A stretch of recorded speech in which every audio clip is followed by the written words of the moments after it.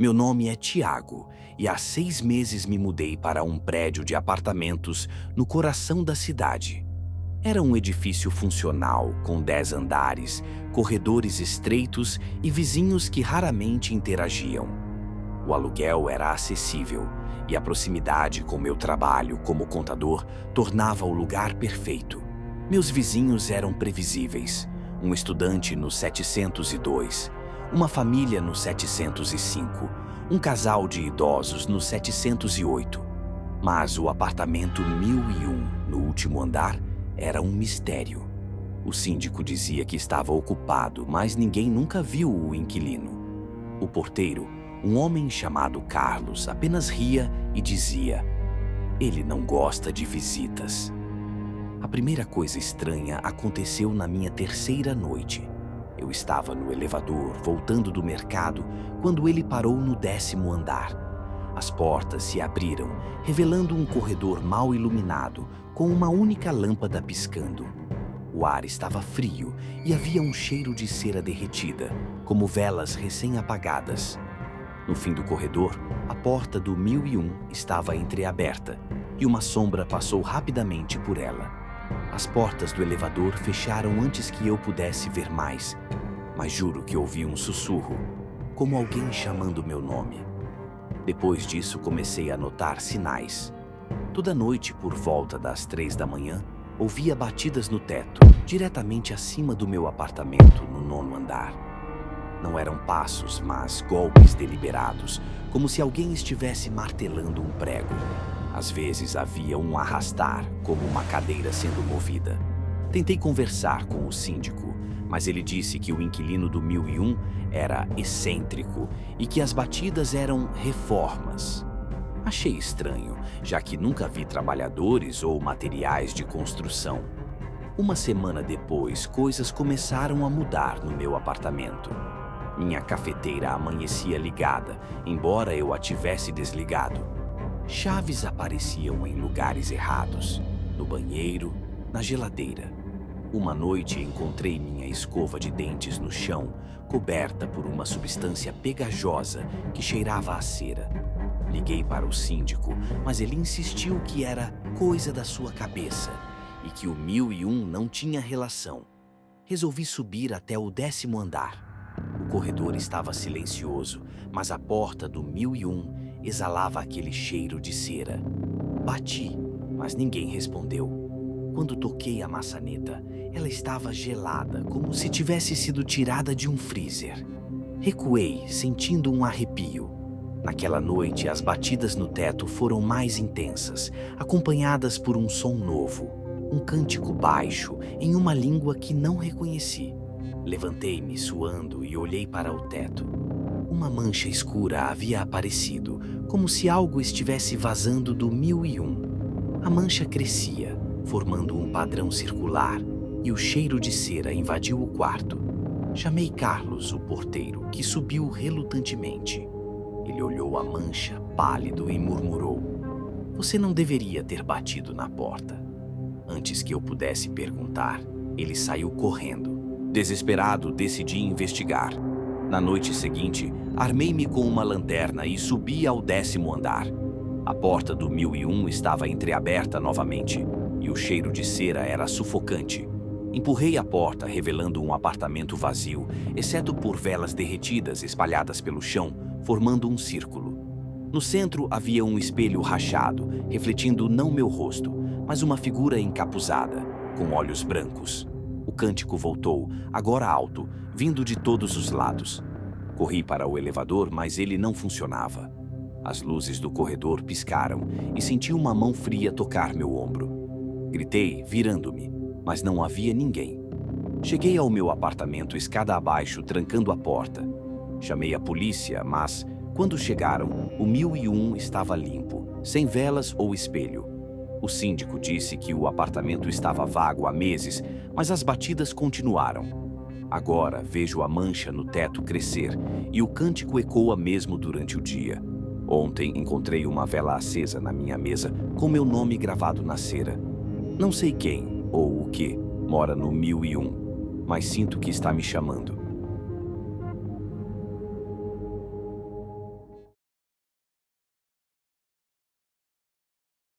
Meu nome é Mariana e há 8 meses me mudei para uma casa térrea em um bairro residencial nos arredores da cidade.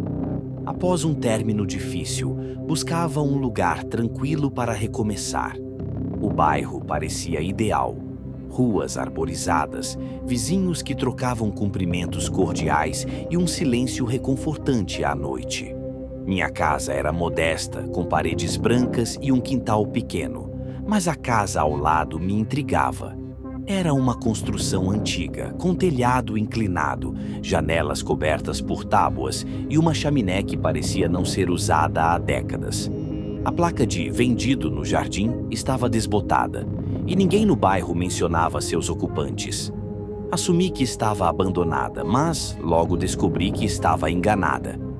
Na primeira semana, enquanto desembalava caixas na sala, ouvi um som estranho vindo da parede que dividia minha casa da casa vizinha. Era um ruído baixo, como uma respiração profunda, lenta, quase mecânica. Parei, tentando identificar a origem. Não era o vento, nem canos. Era rítmico, como se a própria casa estivesse inalando e exalando. Pensei em batidas de encanamento ou vibrações do tráfego, mas o bairro era isolado e o som cessou após alguns minutos. Naquela noite, porém, ele voltou mais alto, acompanhado por um leve tremor na parede. Encostei a mão no gesso e ele estava quente, como se algo vivo pulsasse do outro lado. Afastei-me, o coração acelerado, e decidi que era apenas minha imaginação, amplificada pela mudança. No dia seguinte, enquanto regava as plantas no quintal, notei algo estranho. A cerca que separava meu terreno do vizinho tinha uma rachadura nova, como se algo a tivesse forçado. Aproximei-me e vi, no quintal da casa ao lado, um círculo de terra revirada com cerca de 1 metro de diâmetro, como se alguém tivesse cavado e coberto às pressas. Não havia pegadas, mas a terra parecia úmida, brilhando sob o sol. Olhei para a casa e uma das tábuas na janela do segundo andar estava solta, revelando um vazio escuro. Por um instante juro que vi algo se mover lá dentro. Uma sombra que não era humana, longa e curvada. Pisquei e a sombra sumiu. Voltei para casa, trancando a porta, e tentei convencer-me de que era apenas paranoia. Naquela noite, o som de respiração voltou, mais insistente. Agora, vinha não só da parede, mas do teto, como se a casa vizinha estivesse se expandindo para a minha.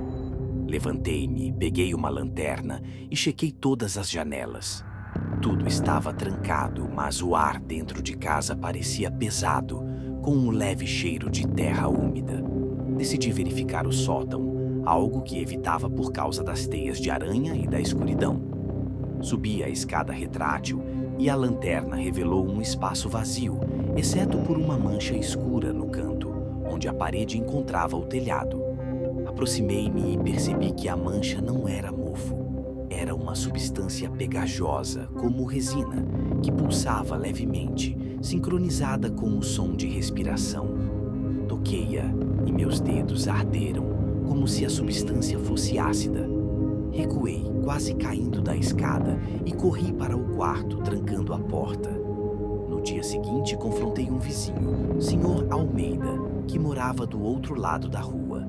Perguntei sobre a casa ao lado, mas ele desviou o olhar, dizendo apenas que ninguém mora lá há anos e que eu deveria evitar curiosidade. Sua esposa, que ouviu a conversa, puxou-o para dentro de casa, lançando-me um olhar de advertência. Intrigada, pesquisei online, mas não encontrei registros recentes da propriedade. Apenas uma notícia antiga sobre um incêndio na casa, décadas atrás, que matou uma família. O artigo não mencionava sobreviventes, mas dizia que o porão nunca foi revistado por causa de instabilidade estrutural. Naquela noite, o som de respiração tornou-se ensurdecedor, agora acompanhado por um rangido, como madeira sendo torcida. Não aguentei mais. Peguei a lanterna, uma chave de fenda como arma improvisada, e fui até a casa vizinha. A porta da frente estava entreaberta, rangendo com o vento. O interior cheirava a podridão e terra, e o chão estava coberto de poeira, exceto por trilhas frescas, como se algo tivesse sido arrastado. Segui as trilhas até uma porta no corredor que levava ao porão. A escada era estreita, os degraus cobertos por uma substância pegajosa, como a do meu sótão. Cada passo ecoava e o som de respiração crescia, agora tão alto que vibrava nos meus ossos.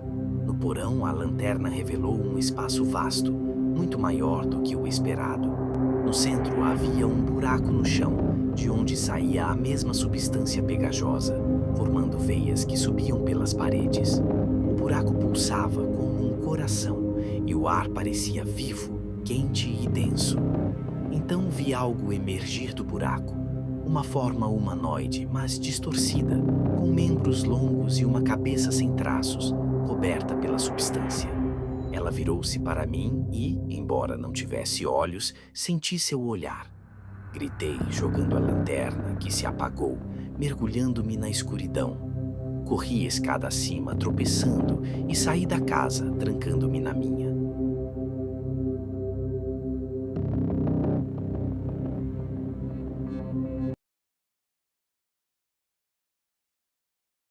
Meu nome é Laura e há um ano me mudei com minha filha, Ana, para uma casa geminada em um bairro familiar. Após perder meu emprego, precisava de um lugar acessível e o bairro parecia perfeito. Crianças brincando, vizinhos organizando eventos comunitários, um parque próximo. A casa ao lado da nossa pertencia a um casal jovem, sem filhos, que parecia amigável, mas reservado. Eles se apresentavam como André e Camila, mas raramente saíam e suas cortinas estavam sempre fechadas. Ana, que tem 6 anos, dizia que via pessoas na janela deles à noite, mas achei que era imaginação. Na primeira semana, notei algo estranho. Toda manhã encontrava marcas de mãos na janela da sala, do lado de fora, como se alguém tivesse pressionado o vidro. Eram pequenas, do tamanho das mãos de Ana, mas ela jurava que não saía à noite. Limpei as marcas, mas elas voltavam, às vezes acompanhadas por arranhões leves no batente. Confrontei André, que sorriu e disse que crianças do bairro deviam estar brincando, mas seus olhos não acompanhavam o sorriso e Camila, ao fundo, parecia nervosa.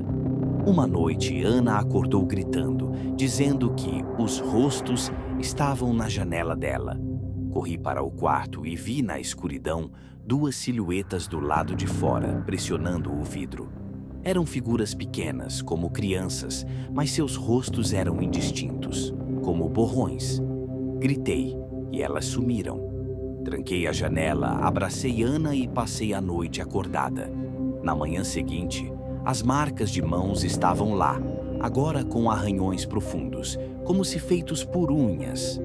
Conversei com outros vizinhos, mas ninguém sabia muito sobre André e Camila.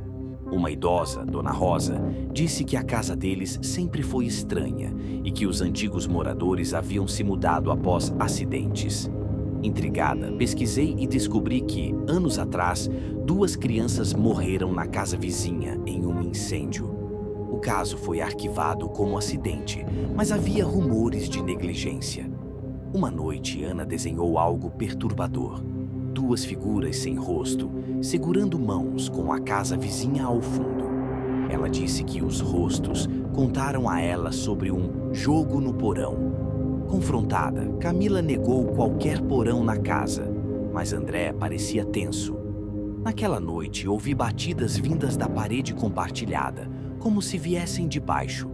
Peguei uma lanterna e fui ao quintal, onde notei uma grade coberta de ervas, escondida no terreno dos vizinhos. Era a entrada de um porão. Forcei a grade e desci.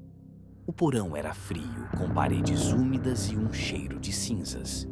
No centro, havia um círculo de brinquedos quebrados, como um altar. Nas paredes, desenhos infantis mostravam figuras sem rosto, idênticas às de Ana.